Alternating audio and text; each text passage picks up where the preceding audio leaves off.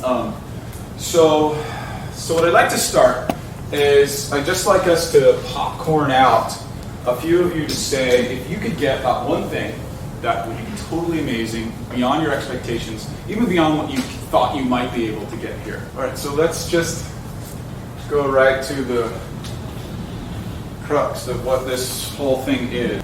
So the premise number one, hopefully I'm going to convince you of that if you're not already convinced, is that self is really an illusion and that what you really are is a network of relationships. And you are still a sponge. So you know how we often talk about how children are sponges? You know, we've got to be careful that we don't expose them to X-rated movies and all kinds of crazy stuff. What I'm asserting here, and there's a lot of scientific evidence that shows that it's true, is you're still that sponge. You have a bigger identity, a bigger ego, a bigger sense of self, but you are still very much a sponge taking in your environment. And that environment is affecting you in ways that normally we don't acknowledge or think about. And then in terms of the ecosystem, so this is all going to be based around, so these first two premises are what we're going to start working with. And then in terms of your ecosystem, so I'm going to primarily start talking about your social ecosystem. And you have a role within that social ecosystem. You have multiple roles within your social ecosystem. And those roles are in some areas aligned with what you want, and in some areas may not be aligned with what you want. And they may be aligned with your talents. A way to think about it is as if you're a species. As if you're a species within a forest or within some kind of ecosystem. You have the gifts of a redwood, or you have the gifts of a bear, or you have the gifts of a salmon, or you have the gifts of a fungi. And those are inherent in you. Your whole life experience up to this point has given you a ton of gifts that make it easy for you to play this role. So part of what we're doing here is to, if you don't already know that rule, is to define that role. Define that natural gift that you have. The next premise is that your ecosystem right now, for the most part, is just thrown together. It's just the people you're with, the things that you do. It's not necessarily bad, but there's no design behind it. It's just, it is. It is what it is. You just kind of did it. You know, just like that's how our life happens. We just kind of did it. So what we're going to work on today is how we can actually design that with more intentionality. Those of you that are permaculture based, when I bring into the principles, so that's the next section. So we'll align our design with nature. And then there's certain principles that make ecosystems thrive. So what's different about what we're going to do here today is we're going to take those principles of ecosystems and we're going to apply them into your life and specifically into your goal. So we're going to try to transcribe who you are as an individual in your social ecosystem and your desires in your life that are mapped in this one goal that you're going to focus on today, and make those mesh so that they move in a direction that instead of using willpower in a linear way to go straight towards a goal, you're going to, instead of working on that goal, like I'm going to lose 50 pounds, instead of I'm going to lose 50 pounds, I am a network of relationships. How do I redesign those relationships? How do I empower the relationships that I already have so that, well, I wouldn't say lose 50 pounds, so that I become healthy and vital in the way that I want to become healthy and vital.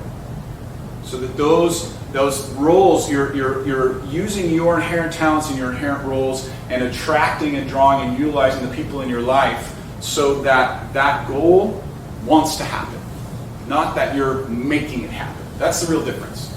And that's why that's why when you say New Year's resolutions, most people are like, oh, don't work. You know, 90, I don't know what the percentage is, but it's upwards of 90% people make them and they don't have it. Or the other flip side of that is you have people who are completely disconnected from nature and from the world around them, and their goal is all will. It's just, they're a will person and they make things happen. And there's none of those people in this room today. You know, they don't need to be here.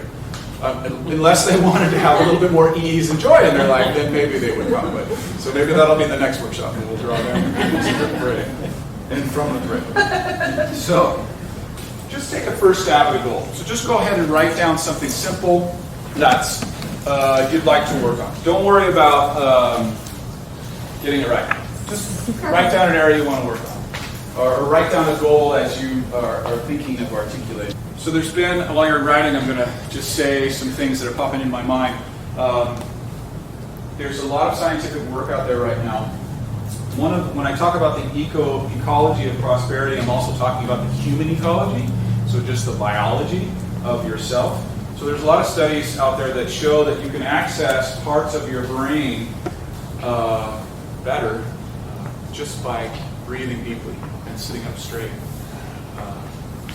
Or stretching. So if you feel compelled in your process of writing to breathe deeply, if you'd like to stretch a little bit, I encourage that because it will actually, it's proven, to make it easier for you to access parts of your brain that get shut down. Or you otherwise don't do that. Now, rate your confidence. That is the first one. Yeah, rate your confidence in achieving your goal. I suppose write the goal first and then rate your confidence. Probably should have put that below. I'm just going to read through some of the principles of resilient ecosystems. And the point is to just start thinking in this way. Start thinking like resilient ecosystems. So it takes a little bit of creative thought to map your goal into a creative ecosystem. Because it doesn't seem like, if my goal is to, so you see the example that I put in here, get out of debt, right? So I actually used my literal goal here and went through the workbook so you can see an example of it. So in the second one, so let's move on to the second question. So in the second question we say, make your goal specific, positive, personal, present, and time specific.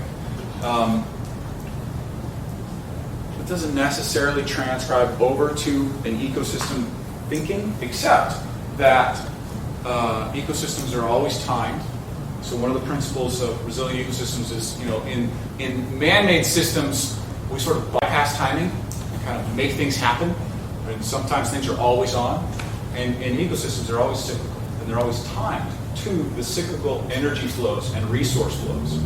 So timing is critical, and personal, positive, and specific, those aren't necessarily ecological principles, unless somebody has an idea of how they are. I'm more than happy to hear that.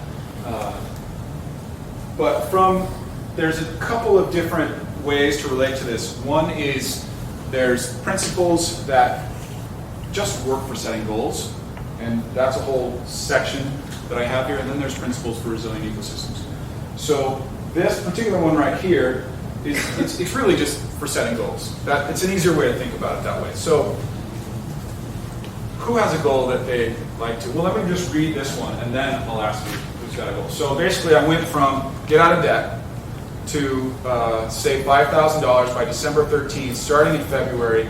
Every month for the next 10 months, we spend $500 less than we make while paying double our minimum payments on our unsecured debt. So that's a little different than getting out of debt, right? So this is brain science and psychological studies. So there's this study that they did. And what they did was they took students who, they had to study for a test over the summer, right? And they took one group of students and said, go study for that test, right? And they took the other group of students and they said, go study for that test, but I want you to write down on this piece of paper where you're going to do it. I want you to write down on the piece of paper when you're going to do it. I want you to write down on the piece of paper who you're going to do it with, what day of the week. So just real simple stuff. What, when, where, and how. Are you going to use, what color pen are you going to use? Stuff like that. More detail, the better. And then they just gave them back the paper. And those students that just did that, they didn't even take it with them. He didn't even have a reminder. They were twice as likely to do the study questions over the summer. So if you just simply do steps 1 and 2, move from a vague-ish goal to a more specific, you're going to double your chances of success. And that's worth the price of admission alone, right? That's where we start. So we start with the stuff that we know works. So get specific. So who would like to work with me on specifying their goal? Yeah? So I've got some children's books that I've already written and published, self-published, but marketing, I have hardly marketed at all. And then I'm working on 2 other writing projects. I have an old book of poetry, and I'm working on a memoir. And I'd like to get all of these things done and make money on them by the end of the year. Okay. So another principle that I'm going to talk about is being conservative. I'm sorry, Being conservative. be concerned. So what you want to do from a mental perspective is you want to retrain yourself so that when you speak, this is the part of the commitment one, when you speak into the world, I'm going to do this, right? That you're the kind of person that does it, right? And how you do that, is it's pretty simple, but it's against our nature, and that is to make it smaller, make it more specific, shorten the duration of time. So what most of us do is this is what we think we need to get this done, right? So we focus on that. Instead of doing that, you can have that out in front of you, as long as it inspires you. It doesn't, make you look at it and you're like, oh my God, I can't think about that again. Instead of just holding that there, focus on, the next week or the next 2 months. So I would recommend for every one of the goals that you're working on that make a 2-month chunk. And then at the end of the book, we're going to parse that down into the next week.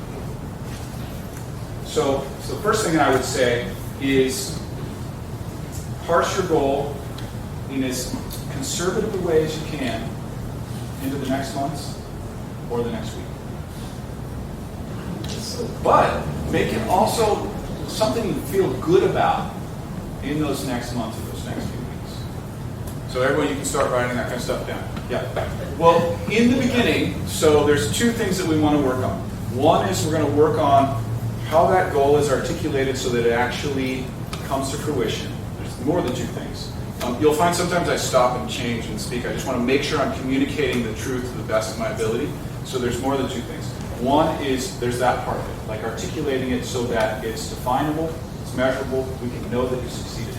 And then the other part of it is actually developing the internal relationship of self so that I say I'm going to do this and this happens.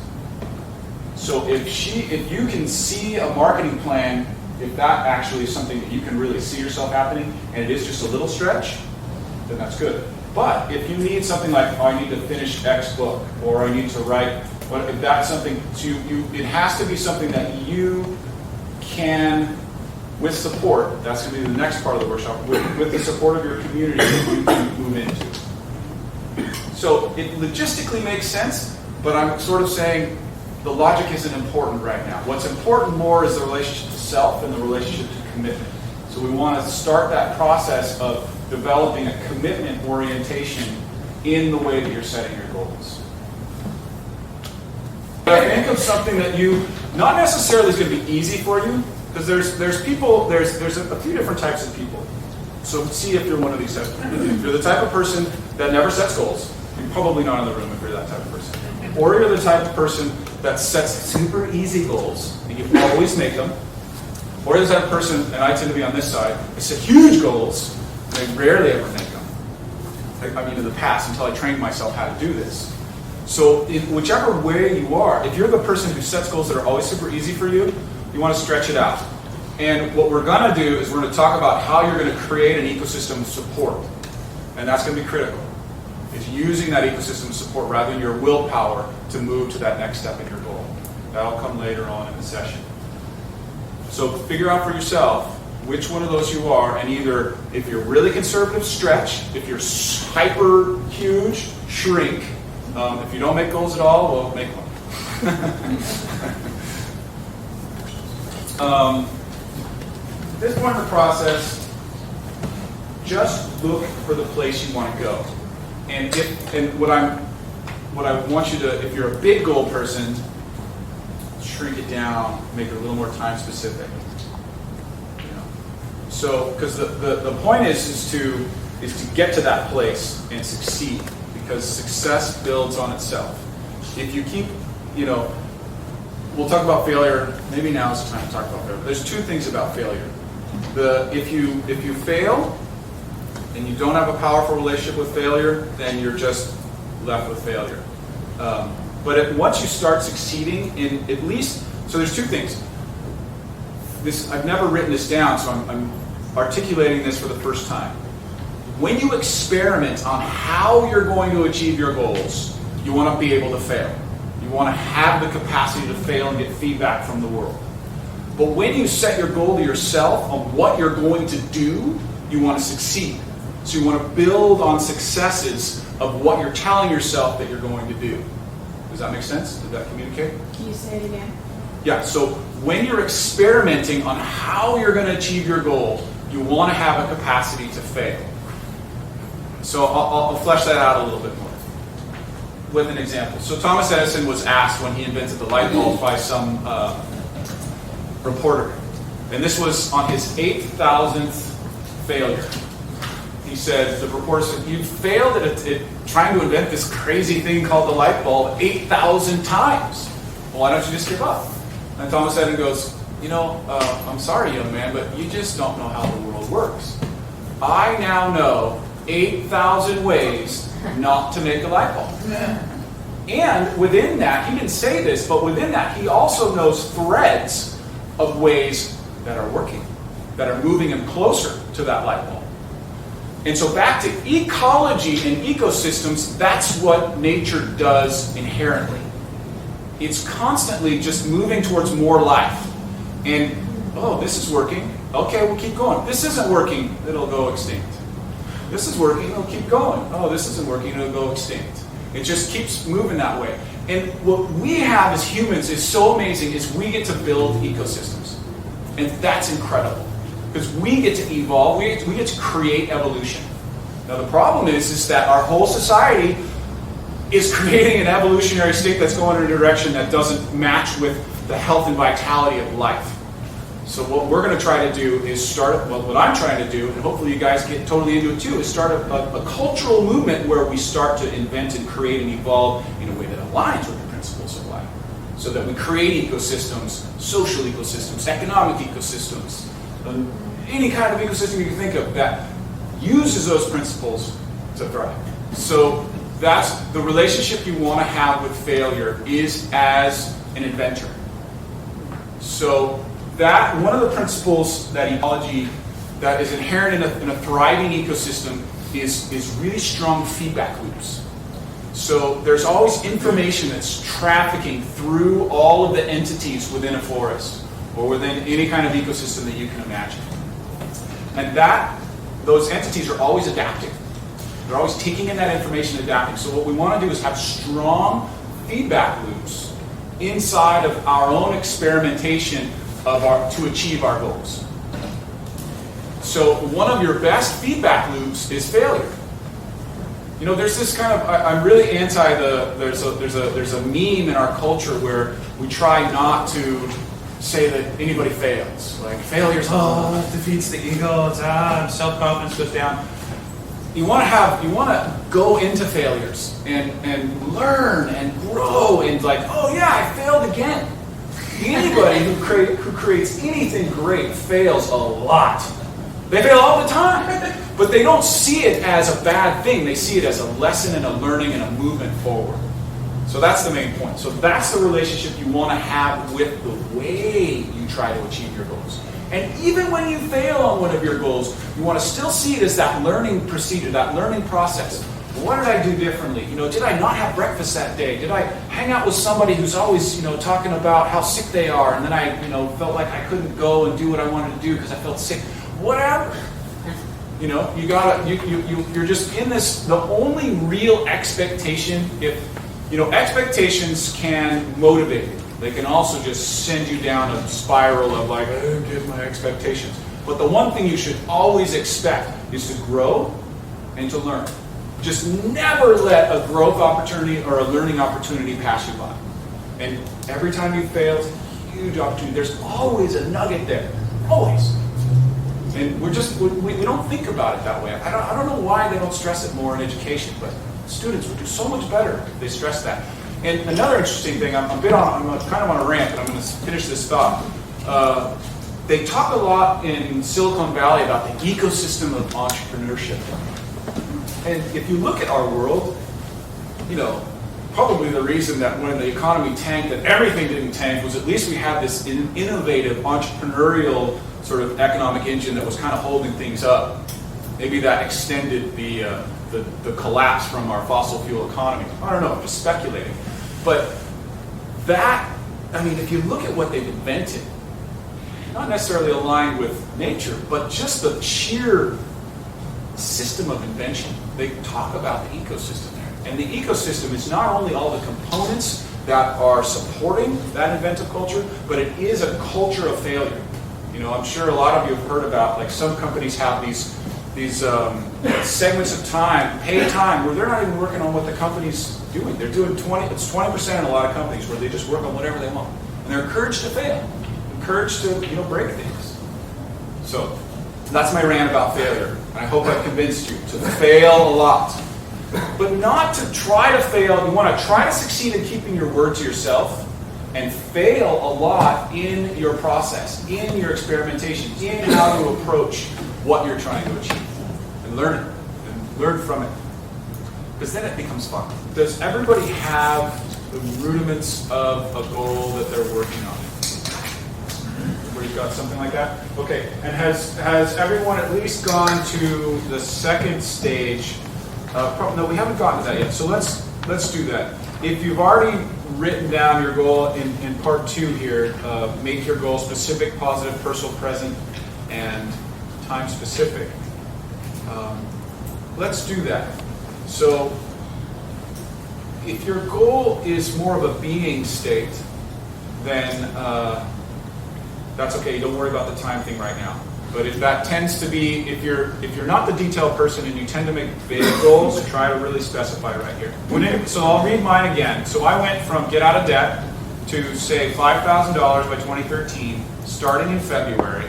Every month for the next 10 months, we spend $500 less than we make while paying double our minimum payments on unsecured debt. It's very specific, right? Very tangible.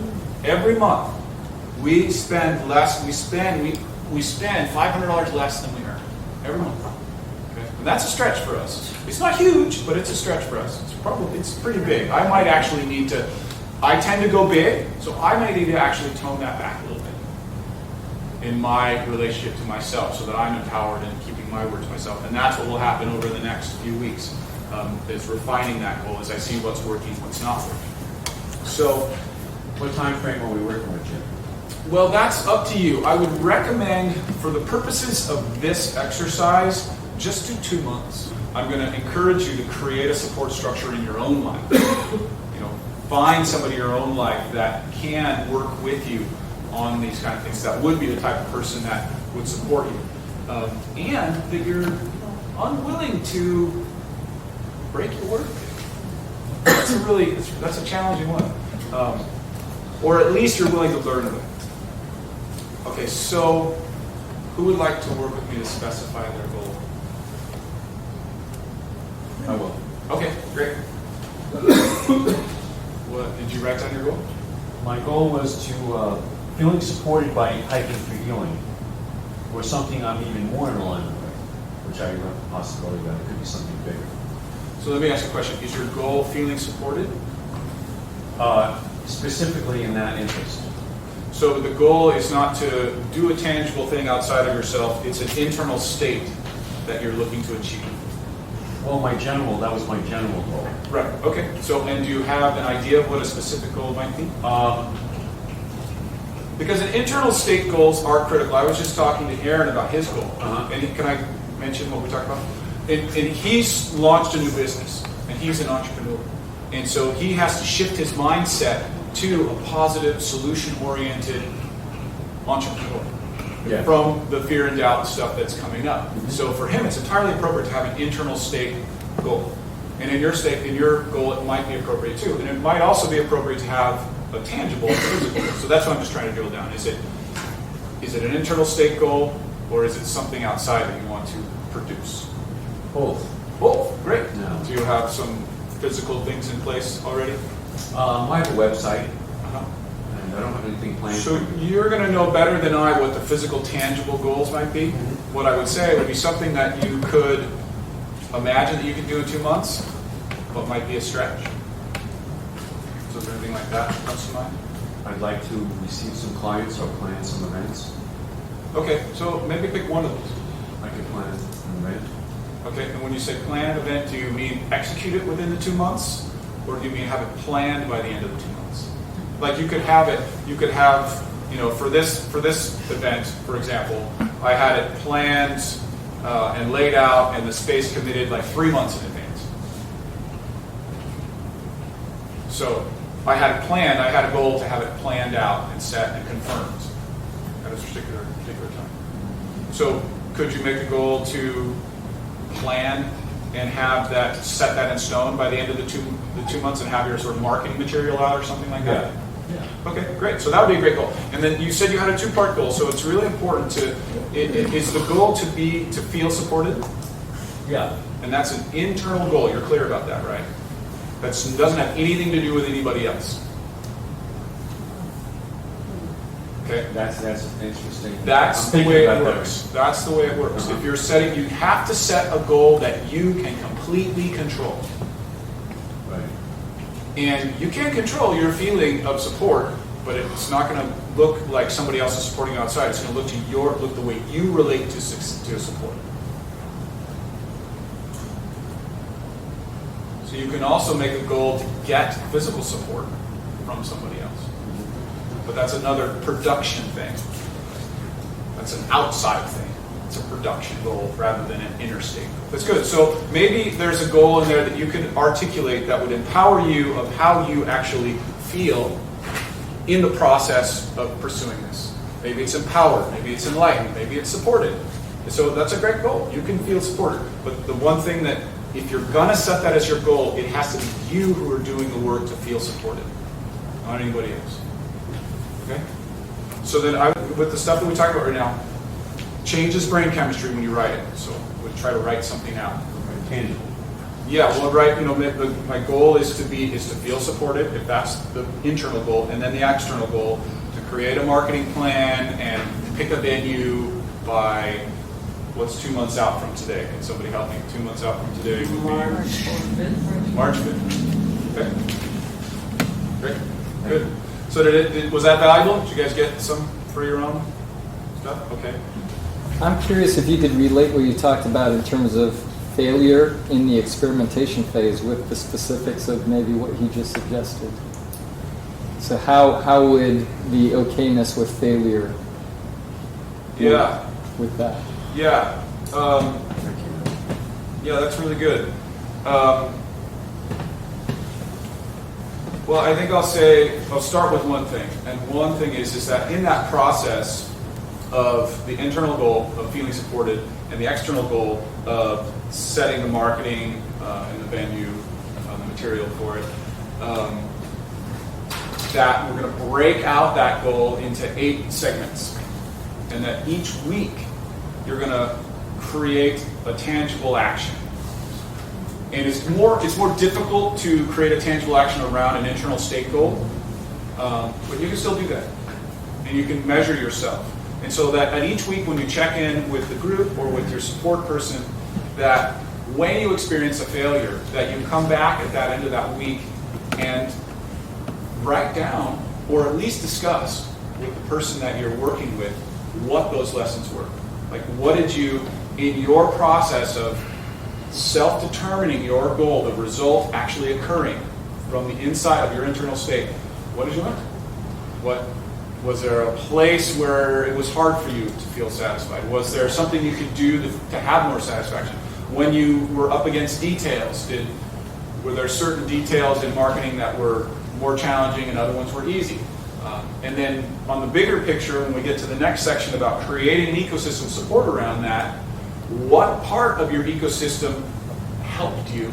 What part pulled you away? And how can you recraft those relationships? I would start to think maybe as you guys are listening to what I'm saying and your goal is start to think about the people in your life and how they relate to you in your goal. Like what are their, how do you think about them? Are they really good at what you want? Do they actually, like I have people in my life that are confidence people.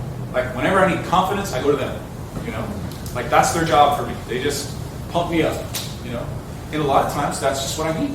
Like the details aren't what I need right now. I just need to be pumped up. But there's other people in my life that I don't go to for that because that's not their role in my ecosystem.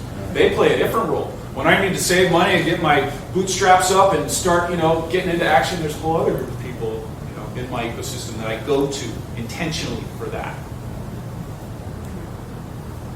Oh, this is a good one. Okay, so let's do this.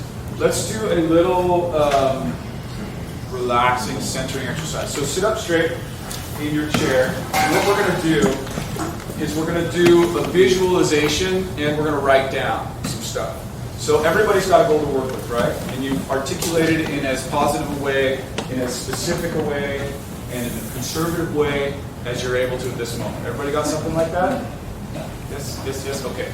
I trust that you all got something like that. So now what we're going to do, and this is really taking that next level of brain chemistry science and imagery. So there's studies that now show that when you see something in your mind, even if you're not a very visual person, when you see it in your mind, the line between that actually happening and you seeing it in your mind, razor thin. Razor thin.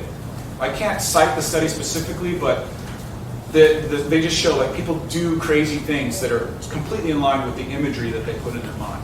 So we're going to do a little imagery work, and then I'm going to ask you to write down what you're imagining. And it's going to be super simple. So basically just think about your goal, right? The positive goal that you've written down. And then I'm going to tell you what we're going to do, and then we'll do it. Think about your goal. And then what I'm going to ask you to do, I'm going to ask you to visualize various actions associated with that goal. Just see them happening. See them happening. See them happening. We'll do that several times, and then you'll write those things down. And then you can come back to that and reinforce that pattern. It's literally a chemical, electrical groove. You're setting a groove in your brain. You know, we have a groove that sets things all the time. This time we're going to consciously set a groove into something we want to occur. So go ahead and close your eyes when you're ready. Sit up nice and straight. Try to have your shoulders relaxed, your jaw slack.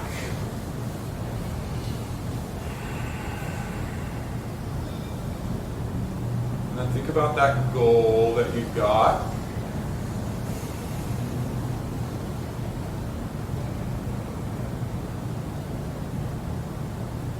Now imagine one action that you're going to take, that you could take, that would be on the path to realizing that goal. And it's good if it's something that you could do right now, given the money you have, given the time you have, given where you are, the relationships you know, whether it's picking up the phone or going somewhere or writing something. Just imagine taking that action.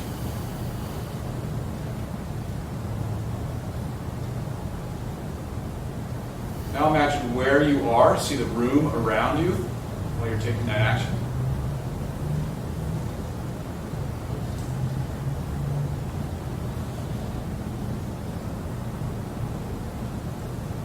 Now imagine how it feels to take that action. Hopefully it's celebratory feeling.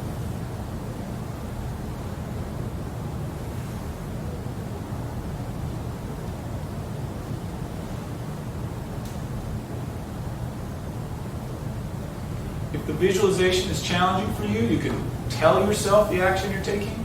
You can speak it to yourself in your mind.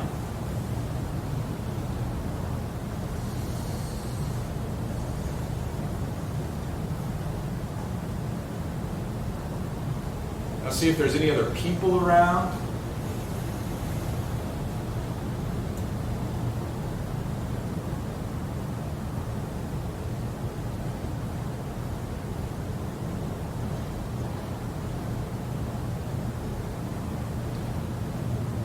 Again, see yourself taking that action.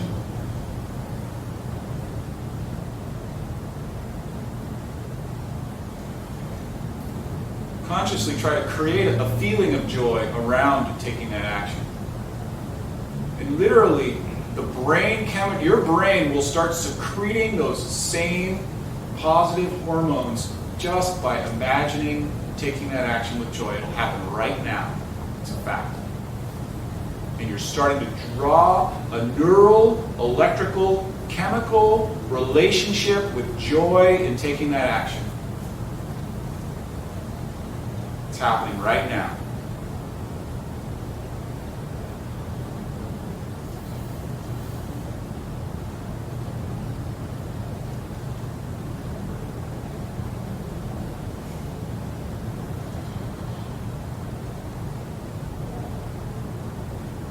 When you're ready, slowly open your eyes, come back to the room, and as quickly and easily as you can, write down the action on your paper, in your workbook, with as much detail as you can.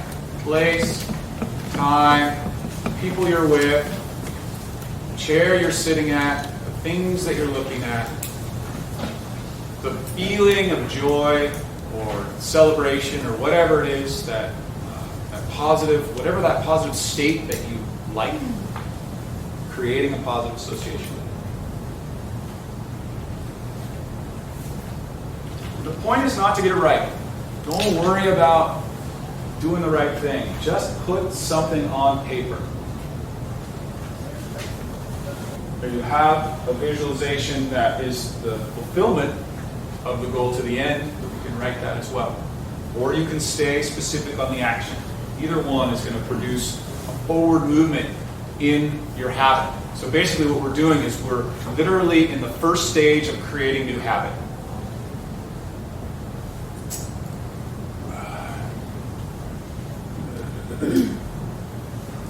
Another sort of cool, while you're writing, I'll just sort of say a cool anecdote. One of the things that fascinates me about nature is the fractalness of it. How it moves in shape and forms in different sizes. So you have an atom, right, with the electrons going around it.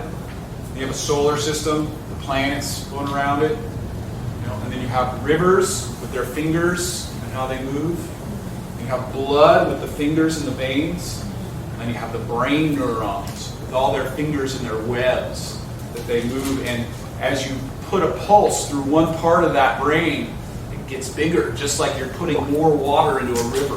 That channel gets stronger, and there's more networks that connect to it. Well, like a mycelial network in the forest. The more life there is in that fungi underneath the soil, the more the networks connect. The more they send information that they need to each other. So as we consciously try to create imagery and visualization and action and support structures that literally change the chemistry of our brain, so that it's more in line with what we're going towards. Yeah. Can you speak to that in terms of perhaps having 5 different goals coming? Like, it's hard for me to separate out to just focus on one goal. I, like you, love to do many different things. So there was a point in my life where I just wasn't getting any of them done. And so I read this book. And this lady said in this book, I don't remember the author, don't remember the book. She said, put all of those visions and dreams, write them on a piece of paper, put them in a box. Call it your lost and found dream box. And just know that you can come back to that box at any time you want and pick one out and start working on it. But search through them, find one that really calls to you the most, and just do that. Those other ones are always there. They're always there. You can always come back to them. And that's when I started doing this work. That's when I moved up here and created an amazing social network of people. That's when my life started to happen on my terms. Was when I had to force myself. There was some willpower in it. But I had a good, I guess so here's another thing. So here's the connection. There's somebody in your life who's good at one thing at a time. Just try to spend more time with them. Try to have them be your support person in achieving your goal. Or create or adopt, come to the support sessions here or in another venue. But make sure that there's that element in your ecosystem that is that part that you lack. So that's how the forest works, right? All the species don't try to be all things to the environment. They just exploit what they're good at and rely on the other pieces to exploit what they're good at. So that's the key, I think, for you, is to give yourself the space to come back to these other goals and just focus on one and align yourself with people who do that. All right. So did everybody write out their visualization? Yes. Story, visualization, yes. Everybody has? Okay, congratulations. You guys are now double, triple, quadruple what people normally do in pursuit of fulfilling their goals. You're literally like 4 times or 5 times more likely than 99% of the people who go out and try to do anything. If there's any drawing people in the room, like if drawing is your thing, feel free to draw out either the actions or the fulfillment of your goal. Now would be a good time to review some of or fill in some of the gaps on how to set goals. So we've already covered making it positive. We didn't really talk so much about making it inspiring. That's really critical. So there's 2 types of goals. There's one type of goal is coming from a place of, I don't have what I want, I'm going to get it. So that's inherently fixing something, which is okay. There's nothing wrong with goals that fix something, but they are sort of self-referential back to a negative. So it's better if you're articulating a goal, if you want to have joy in the process of the goal, to actually find out what that thing is that you're moving towards. It's always better to run to something than to run away from something. So if you find in your goal, as you look at it and review it, that it may be fixing a lack, at a minimum, you want to articulate it in a way so that you're moving into something that you want. Because that's going to give you more juice. And maximally, you want it to be aligned with your deepest values and your deepest passions and your deepest inspirations. Oh, there's 2 types of goals. So there's a goal in which we're experiencing lack, okay, and we want to change it. We want to fix it, right? That inherently refers back to the lack. So when you're moving towards that goal, sort of in the back of your mind is lack, getting rid of lack, getting rid of lack. So it always refers back to it. So if you can stop, you can cut that reference back to it by stating it in terms of, like instead of saying, I want less conflict in my relationship, you say, I want harmony. Not just harmony. Because harmony is almost referential to conflict. It's I want passion, I want life, I want union, I want connection, whatever. So whatever mentally you need to do to cut that connection, that reference point to the lack, in the way you articulate your goal is going to move you mentally in your mental ecosystem, which we're just barely going to touch on today because it's a whole world into itself, is the part that you want to move into. Does that make sense? I'm going to read through all of the basic principles of setting goals in a powerful way. Okay, so make it positive and inspiring. So this is a very important concept. So you can make it, so I said be conservative, right? You can make a giant goal. You can make your goal being to become the president of the United States, or to transform the monetary system of planet Earth. If you can make that goal, but if you want to be related to reality about that goal, then your ecosystem of support, your social ecosystem has to match that goal in intensity and effectiveness. Because you can't do that alone. Nobody's ever done anything great alone. So you've got to align yourself with the people and the world that's going to make that happen. So I'm all for making great goals, but don't delude yourself into thinking that you're going to do that with your willpower or with your intelligence or with your skills. You're not. You're going to do it with aligning yourself in a world that is going to call that out. You can hold the vision, but that vision is only going to occur if all of your support structure calls it out. Okay? So we already talked about being specific, time conservative, and stretching. Failing forward like Edison, we got that. And this is an important component. We're sort of talking around it, but I want to say it as a concrete principle. put as much energy into your support structure as taking action on your goal. I'm going to repeat that. This is critical. Put as much energy into your support structure as taking action on your goal.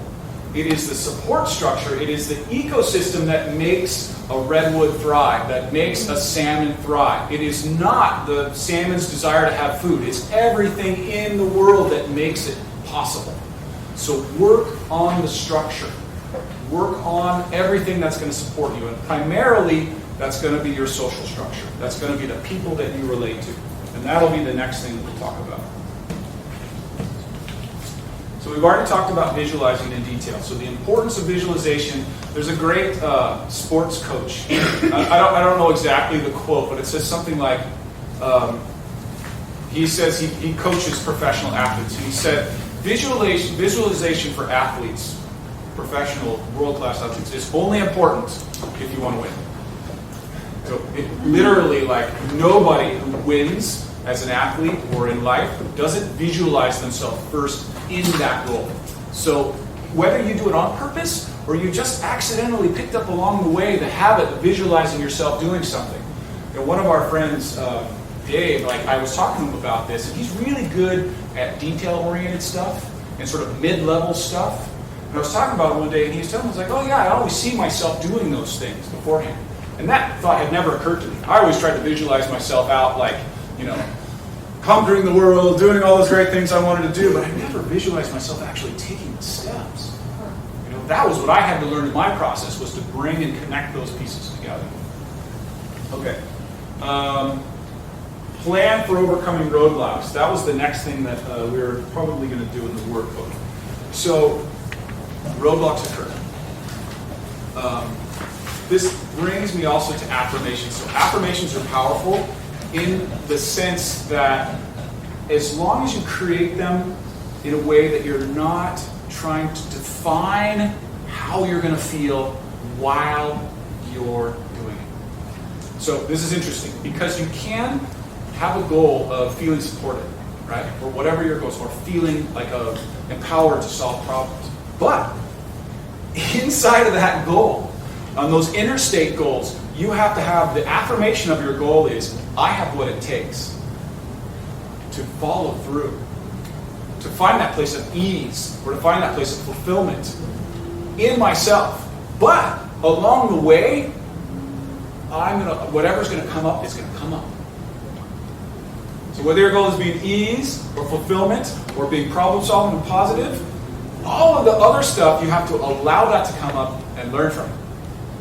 So the affirmation is, I have what it takes to get to that internal state and to that external goal. If we're talking about both internals and externals, because I think it's a powerful conversation which we don't normally have. You know, when you set a goal for an inner state of fulfillment, of satisfaction, of ease, of problem solving, whatever else, you have to allow the process to unfold, which is the opposite's going to show sometimes. You know, you're never trying to hold that steady state. You're never trying to say, I'm always that. When it arises, you tell yourself, I have the capacity to get to there. I have the capacity to get to there. I have the capacity to get to there, and you'll shorten your time.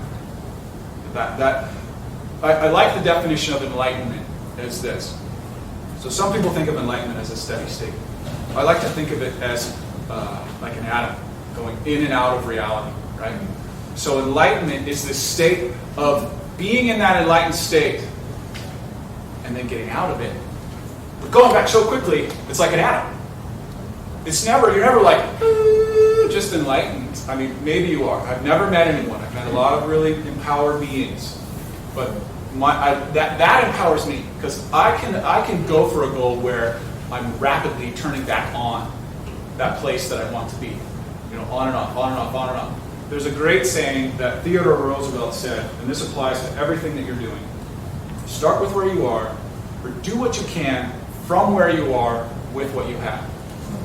So if you have a sense of being fulfilled from this point, and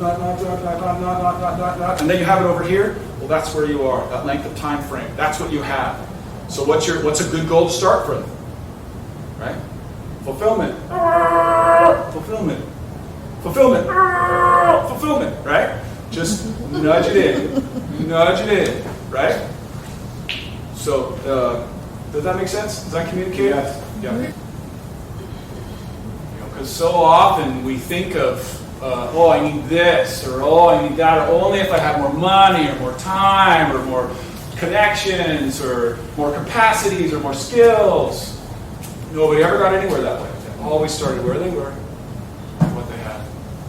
So that's, I was talking about that one around planning for roadblocks. So roadblocks occur in our internal goals and our external goals, and you want to plan for it. You want to have a relationship to them, like, oh, there's a roadblock, and then here's how I'm going to relate to it, or how I'm going to try to overcome it. And then when you check in with your support people, this is what worked, this is what didn't work. Or if you don't, even if you, I wouldn't recommend this, but let's say it's not practical for you to check in with your support people, you can always write it down. Writing it down will take it out of you just got to get out of your brain and into the world somehow. It's just, that's the bottom line, it's got to get out of your brain. Another one is creating pleasure associations. So, happiness, the studies have shown that happiness increases the likelihood of success in other areas.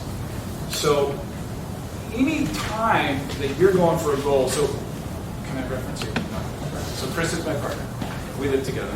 And we have all these goals around our house, like, cleaning things, saving money, remodeling this, remodeling that. And so what we've consciously done since we've adopted this principle is associating those actions with things that we enjoy.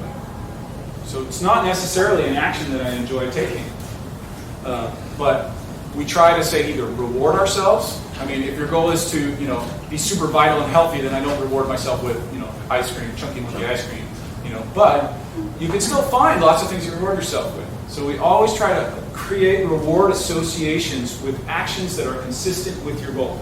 It's celebrating success.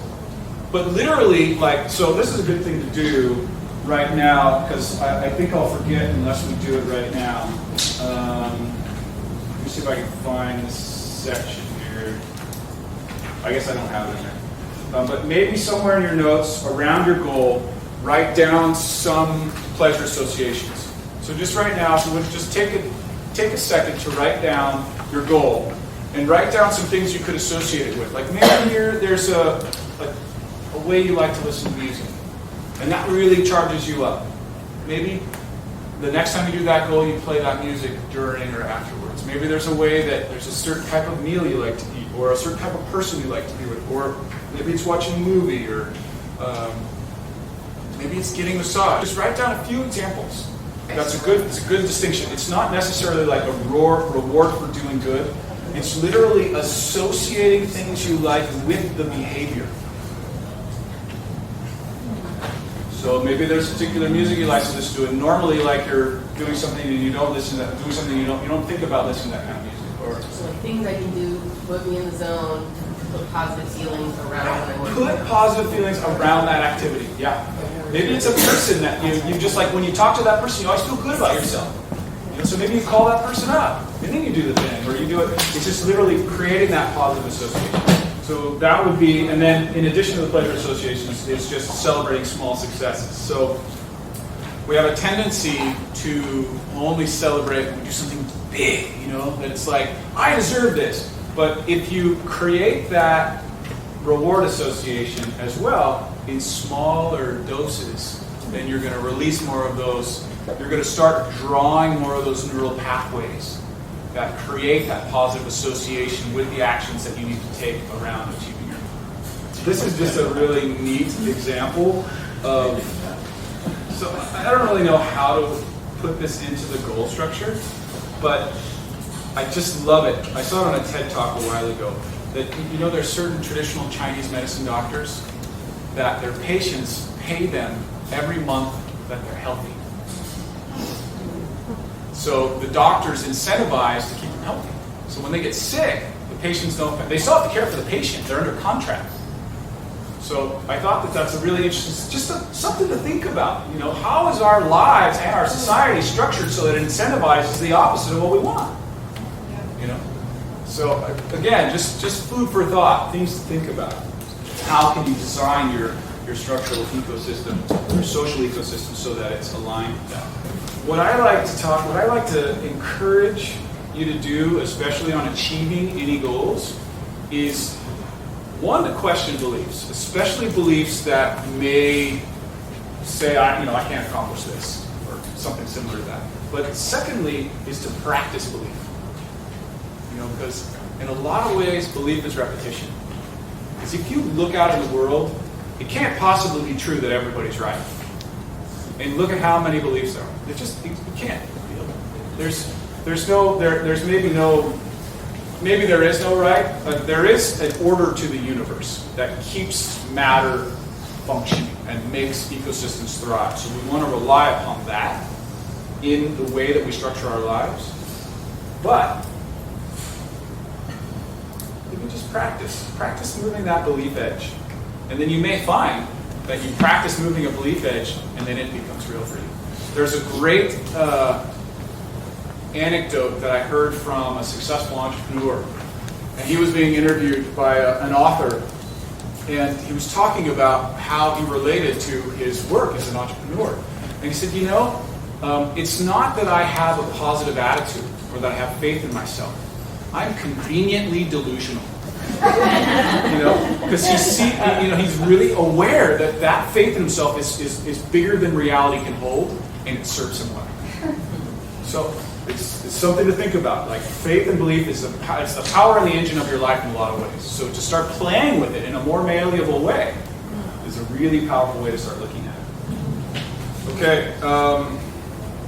So we already did the visualization. The more that you can get your accountability group, your support structure to encourage you, to support you, to remind you to do the visualization, the more it's going to help. Again, remember that elite athletes only visualize if they want to win.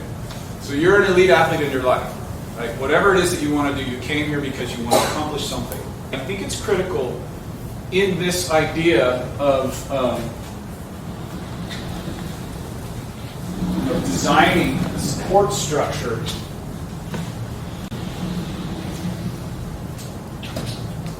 for the attainment of your goal is to know what your what you really are. Like, are you like a redwood? Are you like a salmon? Are you like a bear? I'm liking the redwood forest metaphor these days.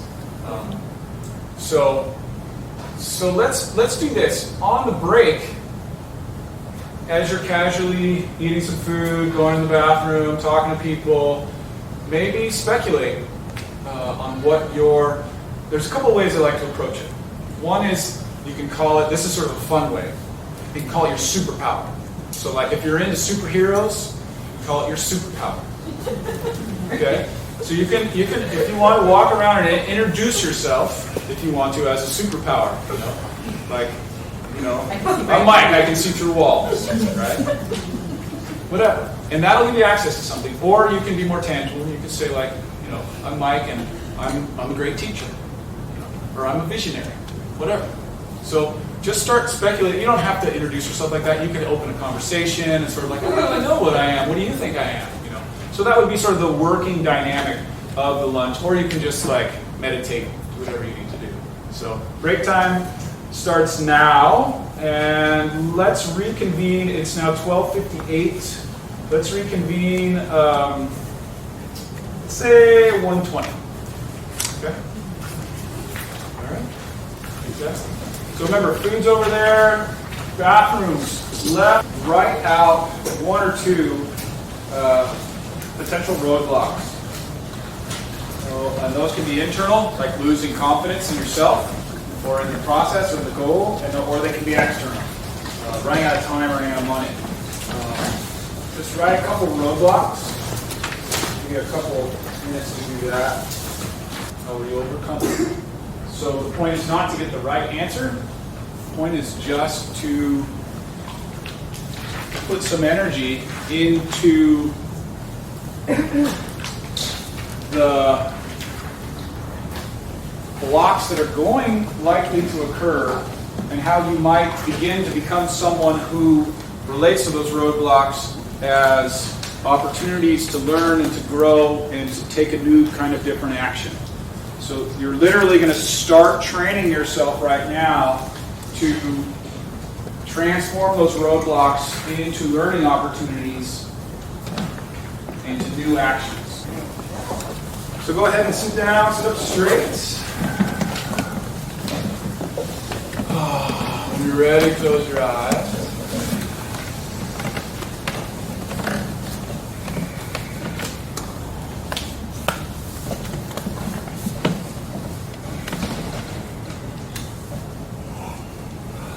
Remember again the brain chemistry, that the more relaxed, the more centered, the more grounded you are, the more your brain is going to function better. You're going to be able to access more parts of your brain in a way that's proactive. And so take a few moments to relax and center. Smooth deep breaths, slack jaw.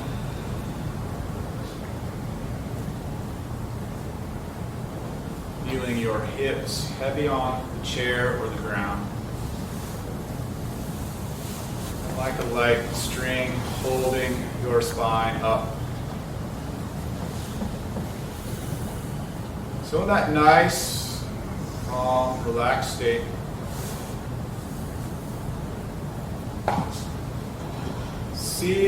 think about your goal,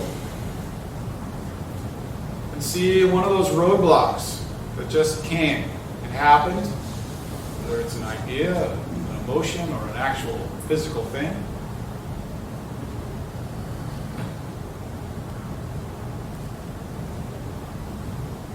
Paint the picture. See the person, the thing, the idea. See it in the room that you'd be in. See when and where it would likely occur.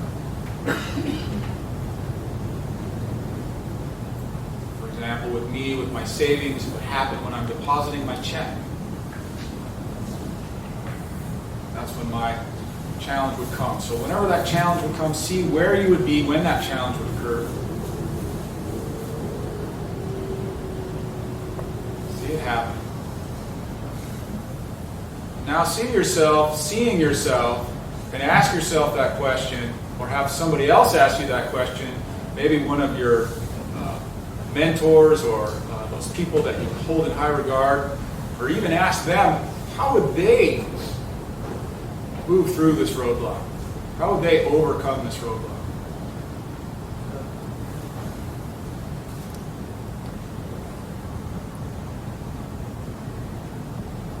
You can literally see them talking to you, see yourself talking to you, see an animal talking to you, but see a solution coming to you.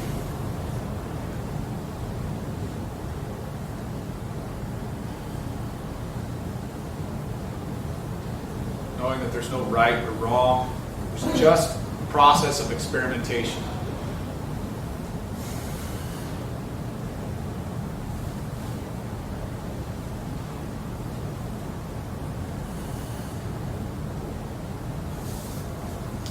And then see yourself taking that action, reformulating the way that you approach your goal so that you compensate for that roadblock, so that you're now moving past it into a new place, and see yourself in that new place, having taken that new action and experienced that triumph of seeing a roadblock, navigating it, breaking it, moving around it, crawling over it, going under it, whatever it took.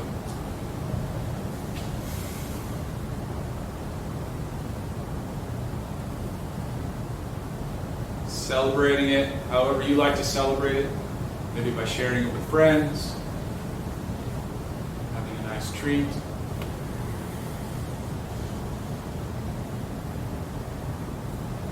And remember, while you're seeing yourself doing this, that you're literally creating neural pathways. You're actually creating the brain. The brain is releasing the chemicals. The mind is releasing the chemicals into the brain and drawing those neural pathways right now. The brain does not know the difference between you doing that and you imagining that you're doing that. The difference is so thin that your brain doesn't know the difference. Right now, it's sending those images, that idea to your brain. The stronger you can see it, or again, if you have a problem, if it's harder for you to visualize, verbalize it.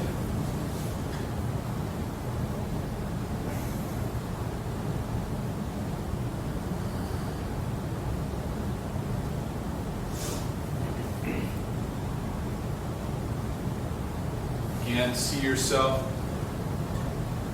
with your goal. The roadblock occurs. Try your new experimentation to move around the roadblock, and then you succeed. You see your success.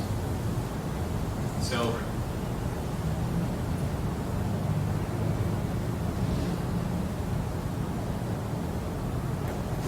Take a moment to fill yourself with joy for the accomplishment of succeeding, moving through the challenge place and getting to the place you want it to be to, embracing the whole process, knowing that the joy does not come without the challenge, that they are self-referential.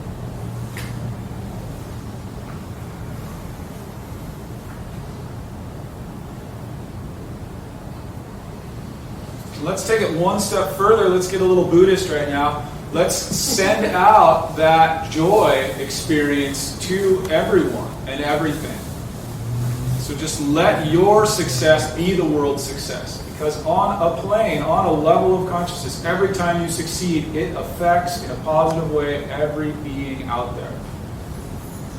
So consciously let that happen and encourage that to happen.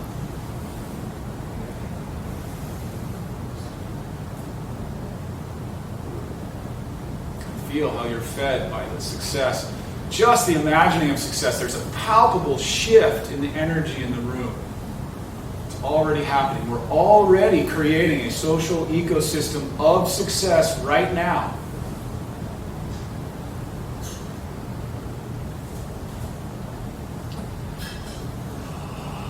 Enjoy it when you're ready with your new empowered brain chemistry. As you're ready, come back into the room. I have to say it just because I didn't think I was going to talk about this, but I don't want to put off anyone who doesn't really think about the energetics past the mind. But I have a tangible experience in my body when I feel other people's thoughts. And it warms me up when they're good. Like my body literally warms up. And when they're negative, it literally tightens down. I don't even have to see the person. They can be over there, and I'll notice that in my body, and then I'll see them. So that is real. Everything you think, every emotional state that you have, cascades out into your world. It's a heavy, it's hard to accept that, because it's a deep responsibility to say, like, wow, my thoughts are not just my own, my emotions are not just my own, they really do affect everyone around me. So, the good news is that we're all connected. The bad news is that we're all connected. So empower that, ride with that. Use it to your advantage, because the thing is it's affecting you all the time anyways. And you're affecting everyone around you all the time anyways. So you might as well use it to your advantage. Do the best that you can. Again, not from a place of guilt, but starting with what you can, from where you are, with what you have. That felt really good.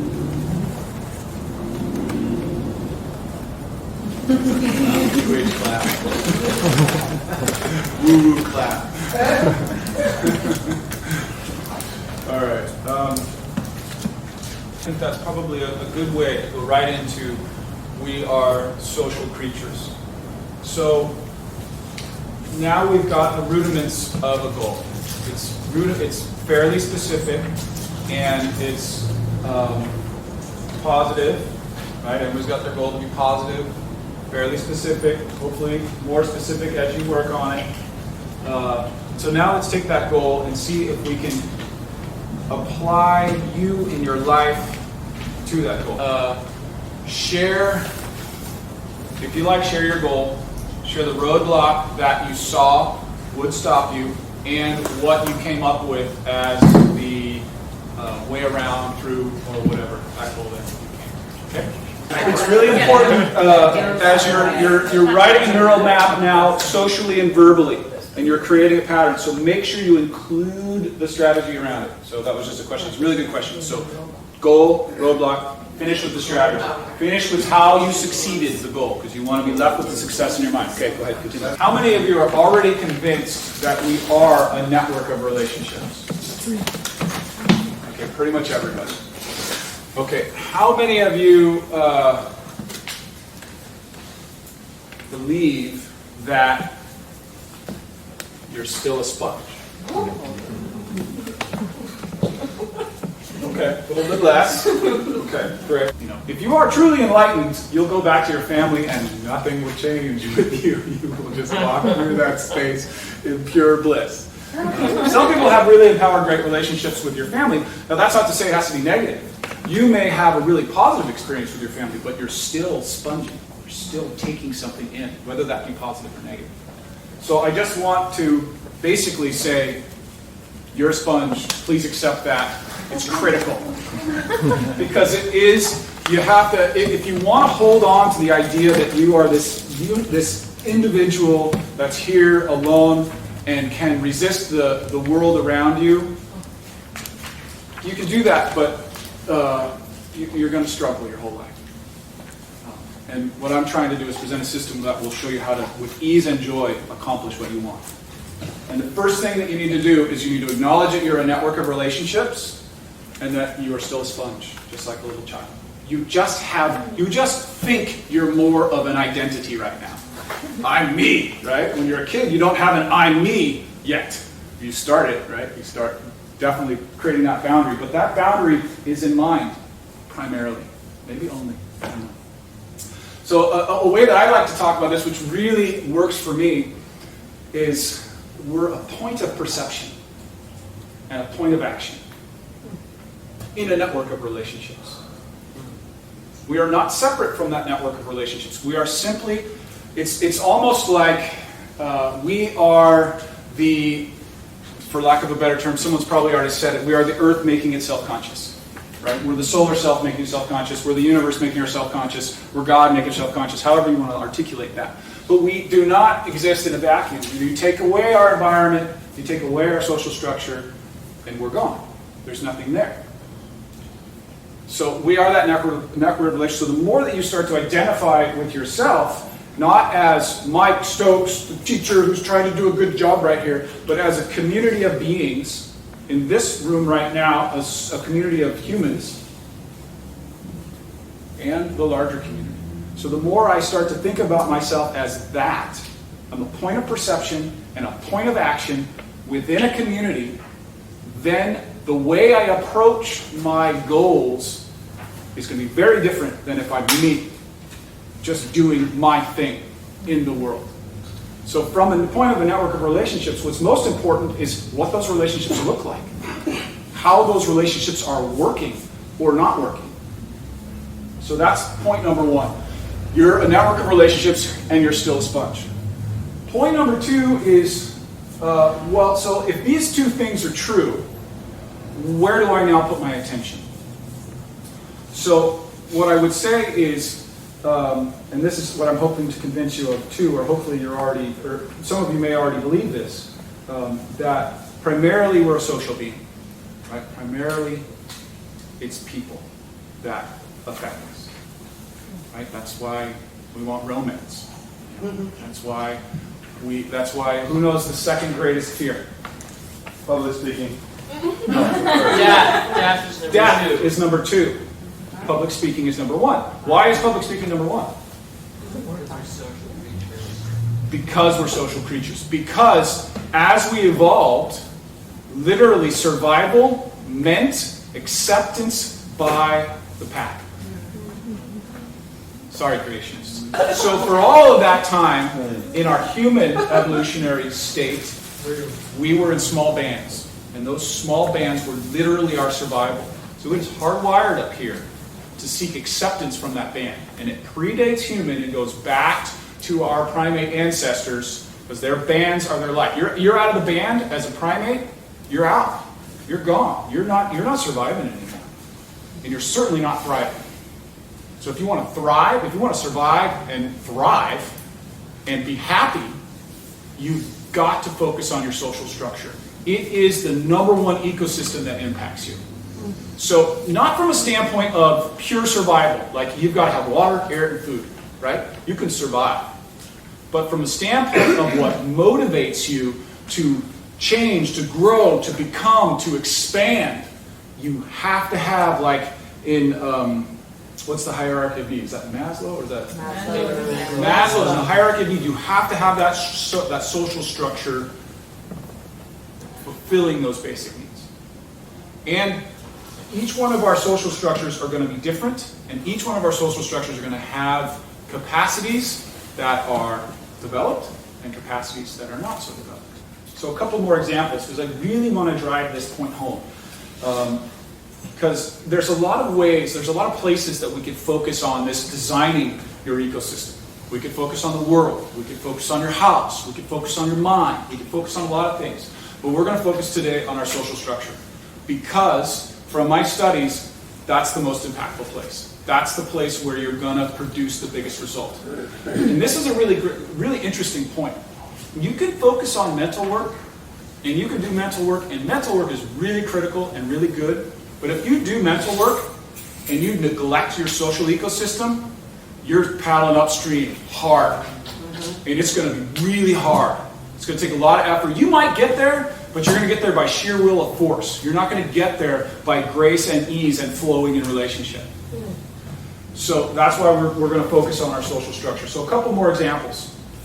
I've noticed this over the years as I've been thinking about this, that people of great, and especially creative genius, they run in packs. There's, what are the artists, John? Picasso and Braque and Jasper Johns and Rauschenberg. Anyways. Yeah, so let me just, a couple more. Emerson, Thoreau, Margaret Fuller, Mark Twain, Nikola Tesla. For the surfers and outdoorsmen in the room, Yvon Chouinard and Douglas Tompkins. Those are Patagonia and North Face, respectively. They were buddies. Ernest Hemingway, Ezra Pound, Scott Fitzgerald, Gertrude Stein, and T.S. Eliot all hung out together. So it is by no way the only way to create something great in your life, but it sure works. And it sure is fun. I personally would rather have that type of structure in my life feeding my greatness than trying to power it out by myself. I mean, that's fine too. If you're into that sort of dynamic, that could be a good source of joy for you. I don't want to discount working by yourself. There's total goodness, there's total greatness in that too. But if you're trying to accomplish one thing through your mind space, and everything in your social ecosystem is trying to push you in the other direction, and you're not working on your social ecosystem, that's not very smart. Don't do that. Okay, so a couple other things. I really like these examples, and I'm just going to drive this point home so that hopefully you're going to go home and you're going to be like, I am going to get to work on my social ecosystem. The centenarians of Okinawa. So the three longest living places that they found on Earth are the centenarians of Okinawa, you could call them the centenarians of Ikaria in the Greek islands, and then I don't have much information on it, but there's also a tribe of mestizos in the Nicoya Peninsula in Costa Rica. So the common thread between those is a very powerful structure of social interaction. Those people hang out all the time. Every day. They go to lunch together, they have dinner together, they play dominoes together, they go to community centers together. All the time they hang out. So if your goal is to live to be 100 and happy and fulfilled, strong social structure. Nothing else is consistent with long life and health other than strong social structure and a purpose for life. So having in yourself, and that'll get to the next part of your social structure, is your role. Your role in your social structure is defining, articulating, knowing, embracing, saying, expressing your unique gift to the world, starting with the people around you. You have to have that to give if you want to live a fulfilled, dynamic life. So this is beyond just accomplishing your goal, but the more it's not really, it's connected. The happier you are, the more fulfilled and dynamic you feel in your entire life, the more easy it is to achieve your goals. There's a lot of studies that support that. And then, this is, I'd be leaving out information if I didn't tell you this. The other thing that is common to all of those cultures is they all eat well and they all take time off. They all chill. They socialize to just socialize, and they relax. There's real dedicated times for that. There's hard work. There's incredibly hard work, but there's also incredibly deep relaxation in a social environment. Is there anyone who would be willing to make themselves look like a total jerk, a total ass to everyone in the room? Not in a funny way, but like that everyone would really disapprove of you. I don't think there's anybody. None of us want to do that because it taps into that emotional root place that says social acceptance is more important than anything else. So have I convinced you to work on your social ecosystem yet? Yes. That was the main purpose of that talk, was to convince you to start working on it. Okay. Silence is okay. Why don't we take a meditative silence? Let's do that. Just reflection. Breathe deep, relax. See what is happening for you.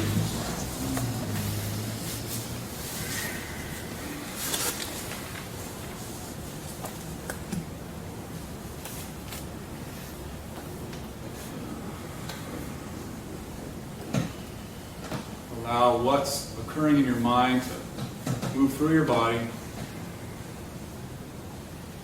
Again, soft, easy breath, relaxed mouth, hips sinking into the floor.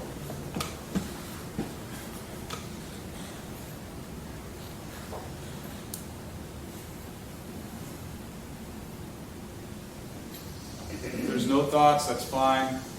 We're just letting that sink. Letting, if thoughts arise, fears, ideas, concerns, arguments, doesn't matter. Just let whatever wants to come up, come up.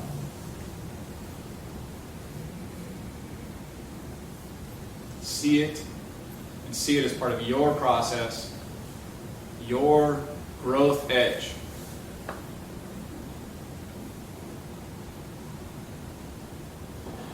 That is now being fostered in a social ecosystem which could not occur otherwise. There's something that's happening right here, given everyone in the room, everybody's brain space, body space, connections in the world, that's creating a dynamic right now that is influencing your thought space, my thought space, all of our thought space, our emotional body space. We are connecting and interacting with one another right now.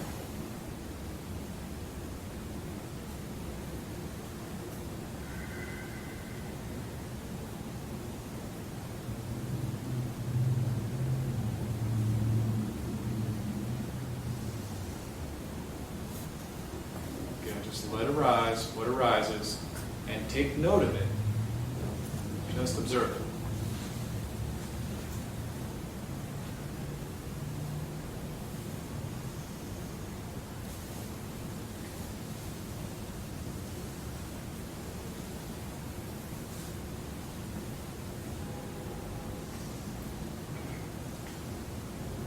Are you ready? Go ahead and open your eyes and go back to the room. Back to the visual presence of everyone else in the room.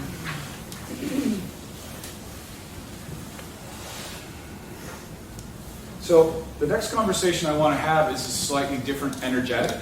So a good way to change energetic is to physically stand up and stretch and move. So perfect opportunity, physically stand up, stretch, move, do whatever your body feels like it needs to release and change gears. So you can start thinking about number one, as those of you that are ready to start thinking about, what are my greatest strengths? Just at least 3. So if you have a tough time answering this question, what are my greatest strengths? That's okay.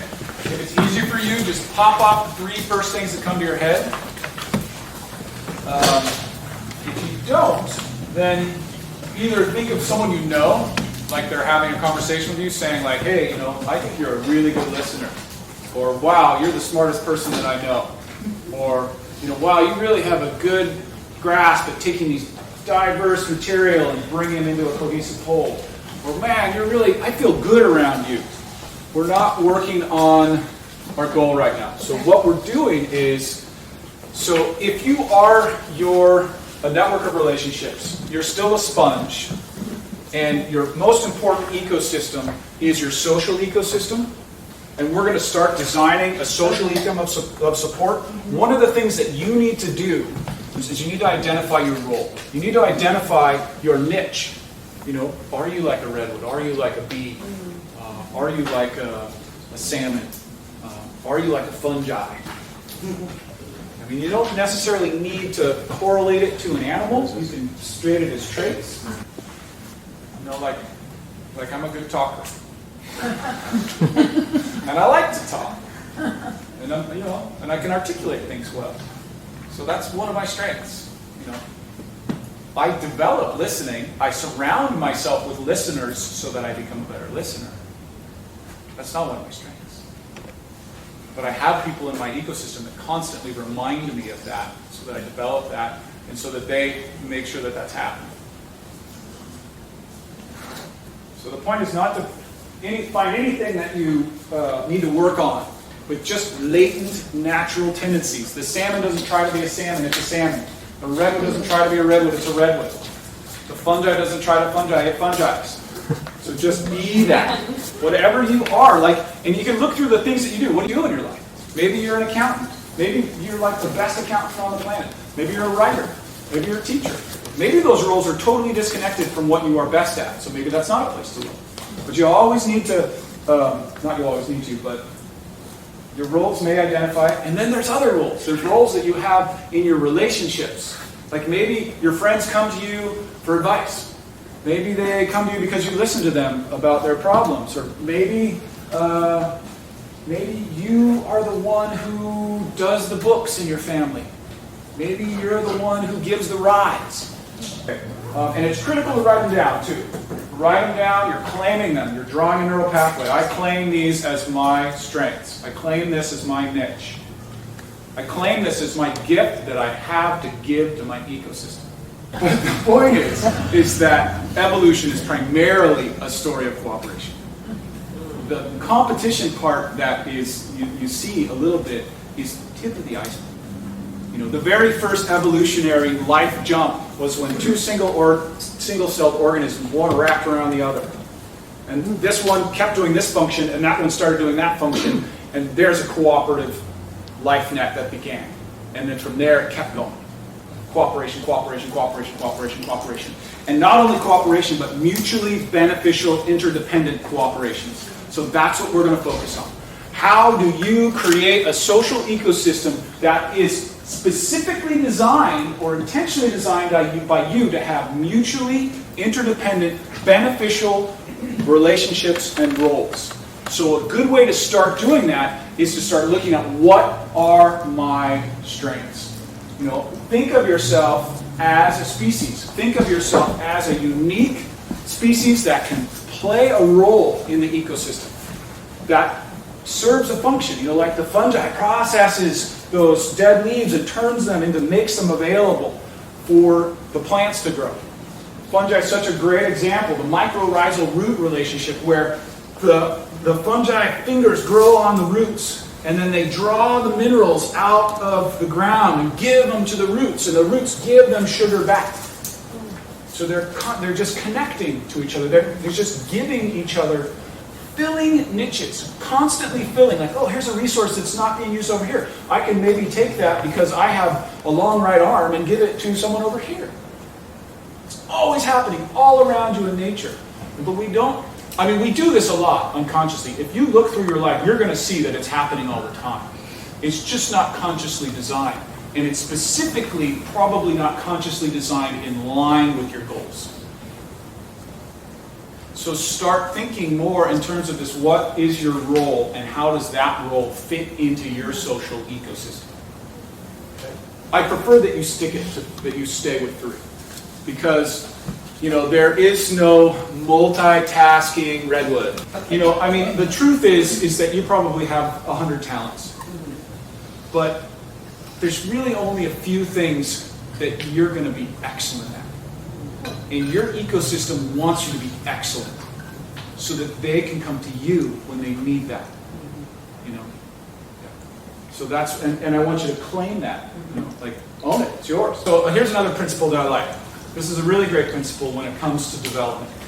So in our life, we'll have punctuations of growth because nature is fractal. What was the word you used? So we're like that too. We have equilibrium, punctuated growth. Equilibrium, punctuated growth. Equilibrium, punctuated growth. Those punctuated growth spurts usually happen by accident. They can happen on purpose, but those punctuated growth spurts happen. If you start looking, you'll see it in an ecosystem. That ecosystem will say, punctuated growth, and the whole ecosystem will call you out and go, change. And you do, right? So what I'm trying to do is teach you how to stay more in that, not necessarily equilibrium, restorative. Let's say restorative. If you try to punctuate through, it takes a huge amount of design on your part to make that happen, huge amount of support. So let's just ease into it. So a good way to think about that is any time that you're going for growth. So just leaning down. So just cross one thing off. If you've got 10, cross off one. Maybe tomorrow you can cross off another. Just lean into it. So that's most of the evolutionary thing. It's like this. And then it goes like that. But mostly it's like this. So that's how your life should be. Should be like this. Instead of, I am advising her to adopt a niche. So I guess I should start talking about the principles of resilient ecosystems. So niching of individual species is a principle of a resilient ecosystem. Species don't try, they'll overlap in their function, but they won't do many multiple functions. So there is a let's say a methodology to your niche. So what you want to do is if you can articulate your strength in any way that's empowering to you. There's 2 elements to this. One is empowering you from a psychic point of view. And the other is practicality, like this is what I have to offer to help my ecosystem thrive, which then makes me thrive. Okay, so niching is one principle of resilient ecosystems. Okay, so if you don't have 3, what I would recommend that you do is write a roll down. That's something that people rely upon you for. Like I give people rides. Whatever it is. I listen to people. Whatever it is that you see that you do a lot of that you're dependable for. So just make sure that you're narrowing it down or fleshing it out. So remember which side you're on. Just try to get to that point where you have about 3. There's something really powerful about 3s. Change conversations. But the first thing is the diversity. So what does that mean, diversity in your social? So basically I'm going to apply all of these to your social ecosystem. Okay? So what does diversity mean in your social ecosystem? So one of the ways that I was starting to think about this was you could have, in your immediate social ecosystem, you could have such diversity that it was total chaos. People, and then here's what that would look like. That would look like people with totally different value sets and totally different interests. and a totally different vision for life, right? So everyone in this room has a similar value set, similar interests, and a similar vision for life. We all care about the planet, we all care about people, we all want to do what's right for the earth and our fellow humans. So you can think of it this way. People with different value sets are like different ecosystems. They're like a savanna and a rainforest. You don't try to put a redwood in a savanna. You don't try to put the grass plains in a redwood forest. They exist in their own worlds. They mix at the edges, right? They commingle, and there's a lot of power and vitality and energy at those edges. But they don't cohabitate because it's total chaos. Their roles are not consistent with that.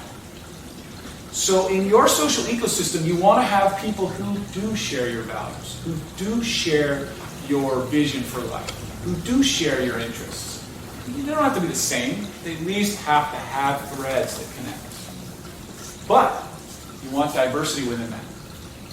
You want really diversity of roles within that so that the person who's a great saver is in your ecosystem, especially if you have a hard time saving money, or that person who's a really great communicator is in your ecosystem when you're more of a programmer type. So you want to have a diverse ecosystem of people in your world that can bring forth that wisdom of a fully functioning ecosystem. And all of these, when you have that diversity and they're bound by common interests, you'll see it. Start looking for it. You'll see it. And those organizations and groups and people that have that, they thrive because they have all that input that they need. They have that diversity, that interconnection that they need. So that's one. Secondly is self-replicating. What makes life life? And this is an interesting philosophical question. What makes life life is that it creates itself. Nothing outside of it creates it. Forget the ontological beingness conversation about what the nature of reality is. But the first life forms that happened, that created, they continue to create and divide and create and divide and create. Nothing did that to them. They did that. So life itself, it self-replicates and diversifies and complexifies. So life takes simple components and makes them complex. And look at us. Carbon, water, minerals. What the heck, man? Totally complex design, right? And that's just lifing. Right? So, and this is, I don't have a good analogy yet, but I just want to plant the seed. Start to think in terms of how you and your ecosystem can be self-replicated, can build of its own life. So it's not a hierarchy. It's not someone telling it to happen. It just lives. It grows. It expands. It makes itself more complex in more beautiful, dynamic, relational ways. And it just does that. And you'll see, you'll take little actions. You'll be like, wow, that thought that I shared with so-and-so just rippled out into my world, and now it's everywhere. So that's one way that life can self-replicate. Again, it's fractal. Ideas are like lives. They're like life. It goes out and self-replicates sometimes. The really powerful ones do. And negative ones do too. Excuse me. So another way to say that is that life is, in doing that, it's always net fertility enhancing. So it always leaves more life, more space for life as it produces itself. There's terms called net fertility farming, net fertility forestry. And so that's how we want to think about our life. We want our life, our goals, our social ecosystem to build upon itself, to grow. So a simple way to think about that is, am I giving to my social network, and my social network giving back to me? And is the net result more than if we were just individuals? Like we throw a holiday party every year, and that is a tangible experience of a net result of this joy and abundance and celebration that is a mutually life-enhancing experience. for the long term. Life is always for the long term. Things that are short-term oriented die out. Boom. So the more you want your goals and the relationships. So this is an interesting. What if you related to your relationships in a longer-term way? Like we have a cultural disease of short-term orientation in the sort of mega city world that's evolving on the planet. Short marriages, short friendships, lots of moving, everybody disconnected. So what if we tried to create a longer term in our relationships and in our goals? That's a really good one to think about goals too. How is your specific goal created to your long term? Because the more it's in line with your long term, the easier it's going to be. Not necessarily easier, but the more fulfilling it's going to be in the long run. There's always redundancies in nature. So one plant moves out, another one moves in and takes its place. And not in nature, but in resilient ecosystems. And then we've already talked about individual niching. So there's always a niching that happens in a resilient ecosystem. Everything plays its role and its function. You can call it a mutually beneficial relationship. You can call it a mutualism. But it's just to have that concept really grounded. What you want to do in your social ecosystem is create mutually beneficial interactions, relationships, and roles. So that I benefit from interacting with you and you benefit from interacting with me. And the more you shed light on that, because it happens all the time. If you don't give people benefit in your life, they disappear. If they don't give you benefit, you might have an unhealthy relationship with them for a while, but eventually, hopefully, they'll disappear. So you want to continue to foster and nurture that back and forth, that mutually beneficial relationship that happens. Constantly feeding each other and the other people in the community as well. Nature's always timed and cycles. So you can think of time cycles and you think of material cycles. So in terms of time cycles, I like this in terms of goal orientation. It's really great to get in touch with your personal energy cycle. You know, each one of us has a different flow of sharpness, of energy. When I have the most mental acuity, when I'm more able to do physical activities. So if you start timing your personal goals, so this is more directed towards personal goals, around your personal energy flow, rather than trying to be a linear, like, I'm going to go to the gym every 6 a.m. on, 5 days a week, when, maybe in the morning times, it's not really a time that you've ever had a lot of energy. So, and maybe the afternoon times is a time that you always have a lot of physical drive.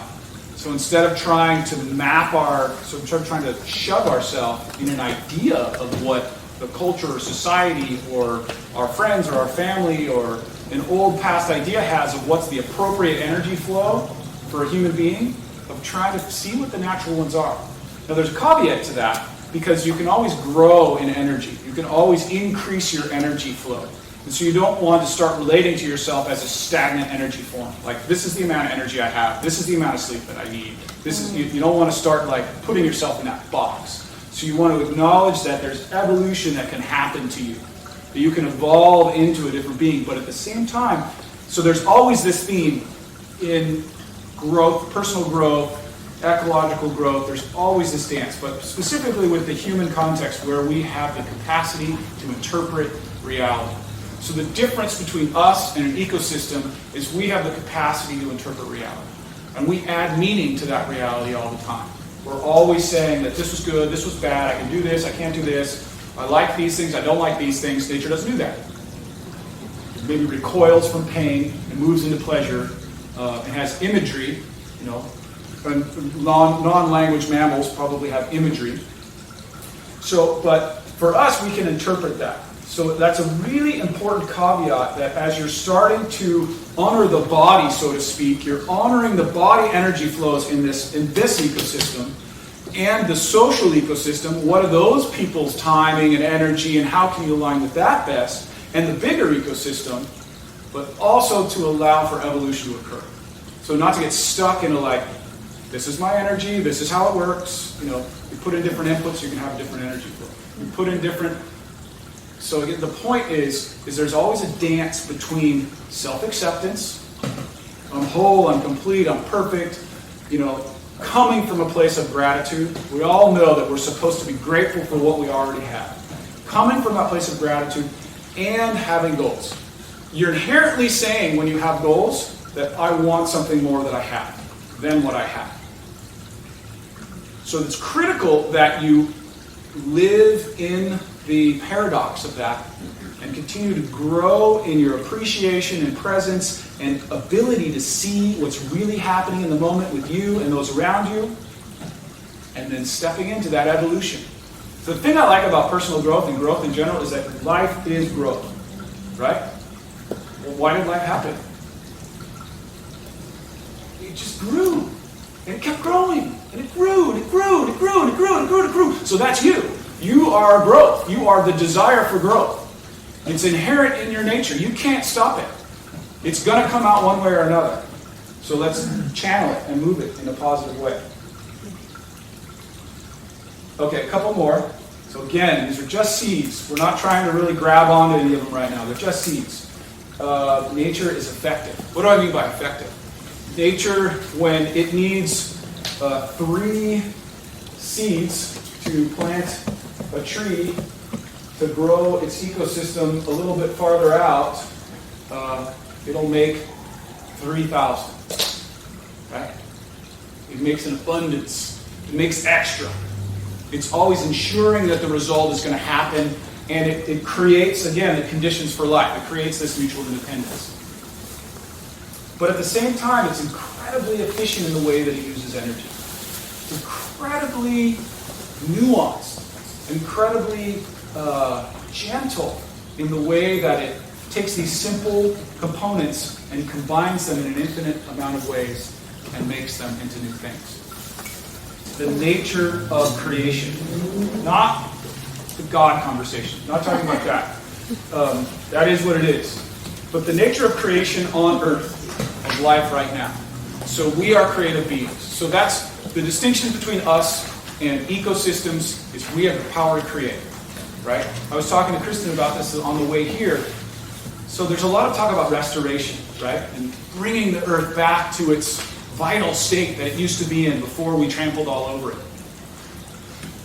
But it's almost a misguided goal, because right now, if we are a network of relationships and we are points of perception and action, 7 billion points of perception and action.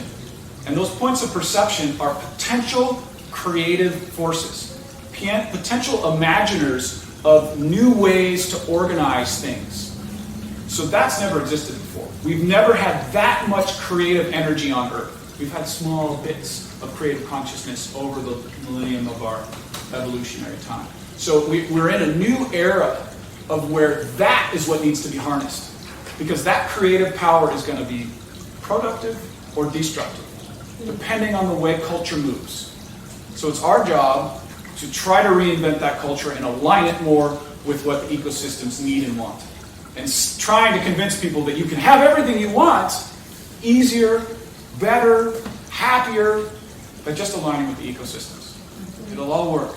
And you'll get what you want. And you'll be happy in the process. So, since we're a network of relationships, and we are this point of perception and action, and we are this web of conscious, creative action right now, there's an incredible power there.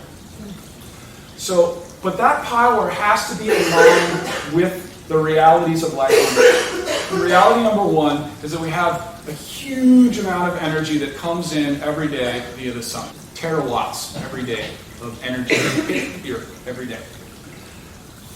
And then we have inside of the Earth the closed loop cycle of all materials. All the carbon that goes into a plant, it comes out, it stays. The carbon doesn't go anywhere. You know, the minerals don't go anywhere, with the exception of a couple stations. Okay, so there's comets and meteors. There are external influences, but for the most part, we're a closed system, closed material system. So those are the two givens, right? Huge amount of energy, closed material systems, these networks of relationships that create a stable ecosystem, which we all know we're destroying right now. We're destroying the network of relationships, which is undermining our potential, which is undermining our home, our potential to live and thrive. So, obviously, we want to repair all that stuff And one of the things we're doing here is trying to reframe the way we think about our own personal lives so that it's in line with that. But the third thing, and this is, I think, the most important point that I want to drive home, and that is that so much of the conversation about ecological stewardship is about the inherent limitation. Maybe in the morning times, it's not really a time that you've ever had a lot of energy. So, and maybe the afternoon times is a time that you always have a lot of physical drive.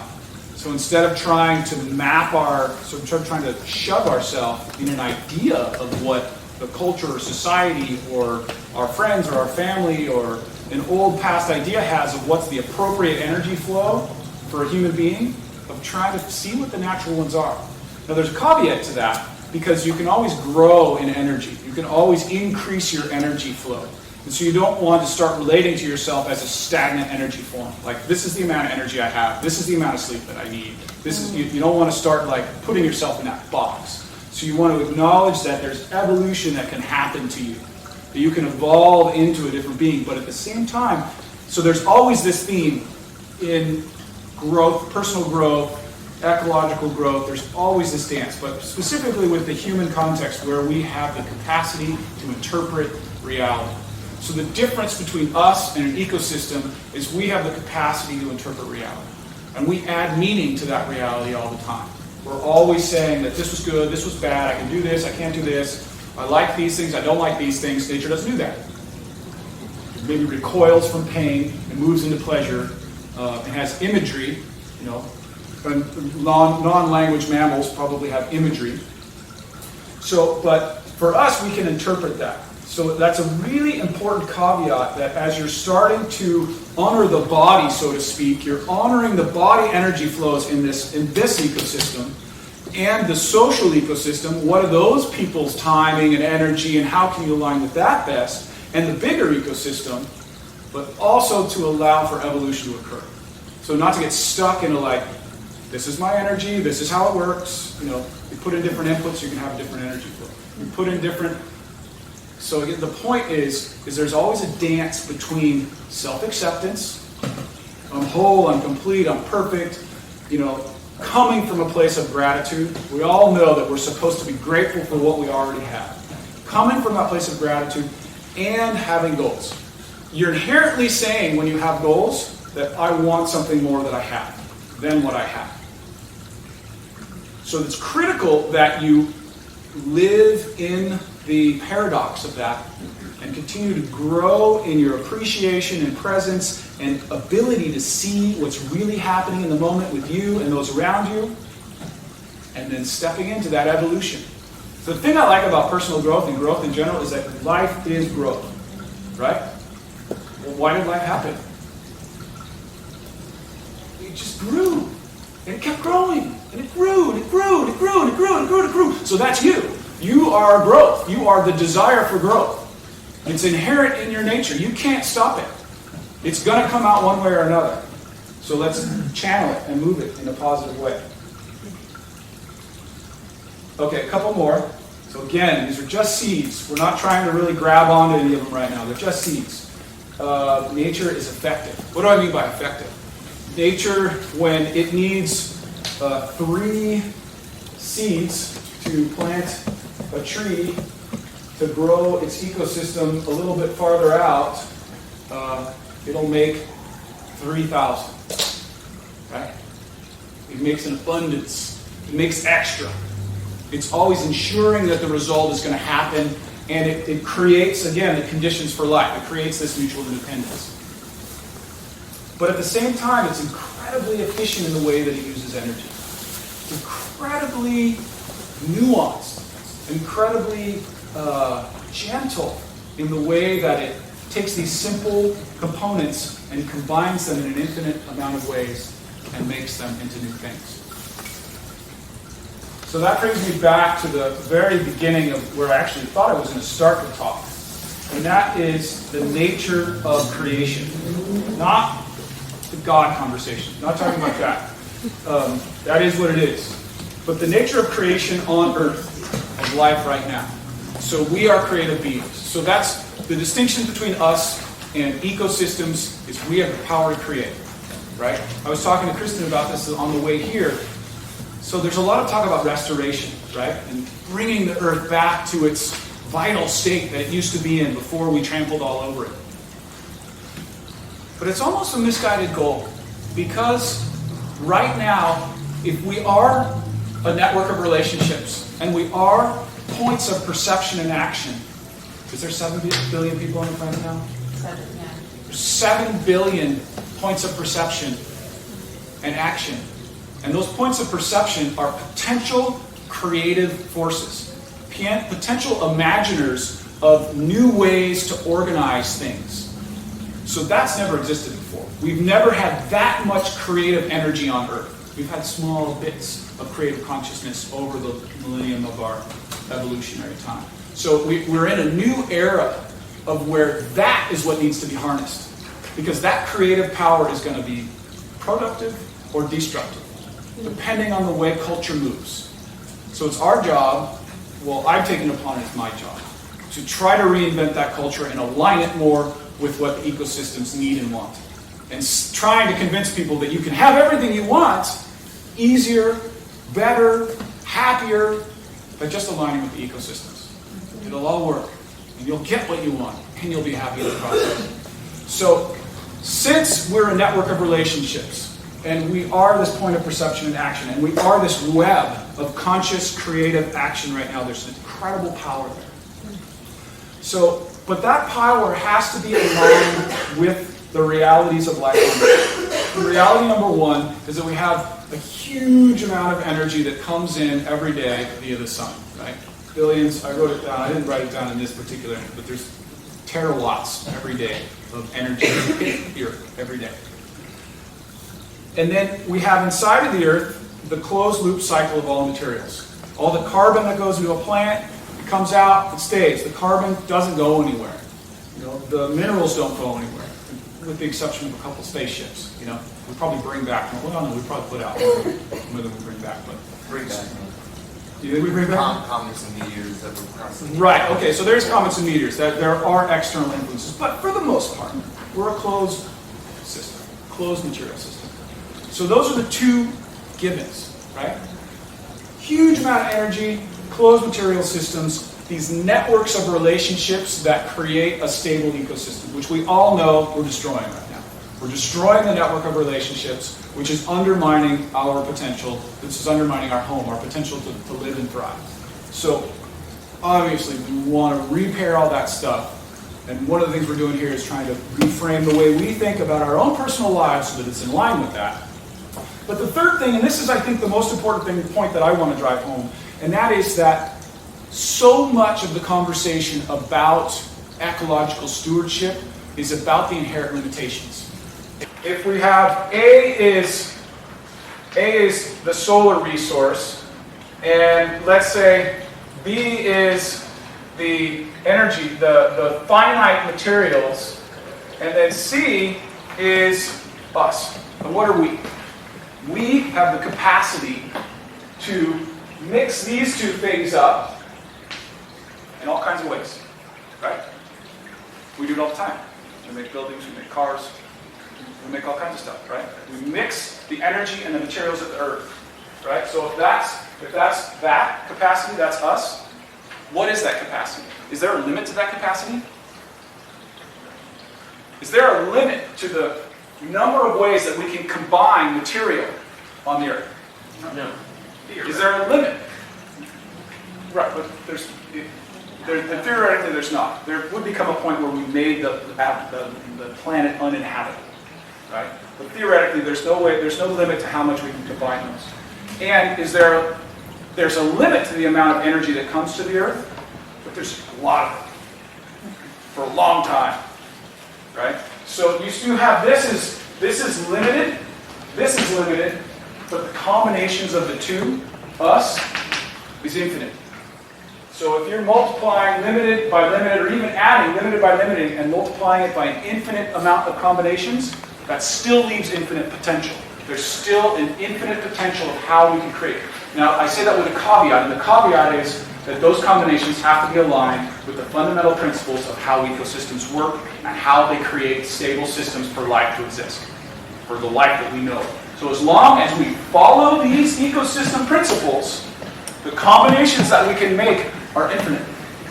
Which means that, this may sound crazy to some people, but we could literally invent an entire new ecosystem as long as it was in line with all those principles and the new principles that we discovered along the way. I just want you to pick 5 people, 5 closest people in your ecosystem, put yourself at the center, and then start writing the names of the other people in your ecosystem. And how you track who they are, they're the people you interact with most. They're not the people that you hold closest. They're the people you interact with most. So that's how you put them out in the circle. So you're in the center, and then first circle would be, 5 times a week. It doesn't have to be perfect. That's not the point. The point is to just start mapping who you interact with most, up to 5 people. We just want to get a beginning. So once you've got around 5 people, then start to speculate on what their strengths and powers are. Once you're finished with that, then you're going to go a few pages forward to part 6, Ecosystem Action Plan for Success. Don't rely on your memory. Use structures. In my support group, we use structures all the time. We use email, we use phone calls, we use meetings, we use pop-ups on computers, whatever. Use structures for your goals. Okay. So write down in the first section here, who are the best people to seek guidance in achieving your goal? So people you already know, or people that you don't know that you could think you could go to. So the point is to put as much energy into the support of achieving your goal as in the actions to achieve the goal. As much energy into the support. Beginning the process of thinking in terms of mutually beneficial relationships everywhere in your life, starting with your goal. If you're stuck, think of simple things. I can give them a ride. Because you want to have a reciprocal relationship develop. So that person is helping you. Maybe you're going to ask them to help you with your goal. And maybe in return, you're going to go shop for them. Whatever. Preferably, it's aligned with your greatest skills. But in the beginning, as you're developing your ecosystem, just beginning that reciprocity is a good place to start. An action that you are going to take this week. So I'm going to say this with a caveat. This is where the rubber meets the road. So this is where the rubber meets the road. So here's the caveat. Maybe the first goal you should take as an action is building that ecosystem. So one of the things that I said in the intro class was start the process of setting goals by backing off and planning the goal and setting up the support structures first. So then you develop this relationship with yourself as someone who follows through on what they say. And it doesn't have to be hard. So when you do these little easy ones, it becomes like, it takes that, I'm dominated by my commitments. You want to take that out of your mindset and have it be an ease, a joy, a new way that you relate to making commitments. So make a commitment that supports your goal in the first week, I would recommend. You're free to make whatever goal you want. You're the actor and the director and the producer. Okay. So one action. And then the other critical part about this is you need to check in with somebody. You need to let somebody else know outside of your own head. And spend as much time as you do on your actions as creating the structures for support that are going to fulfill that goal. Be clear that you're a network of relationships, that you're still a sponge, that fulfillment and success happens when you're really exploiting that unique niche that you have, that role, that gift that you bring, and not trying to be all things to all people. Yeah. Thank you all for being here.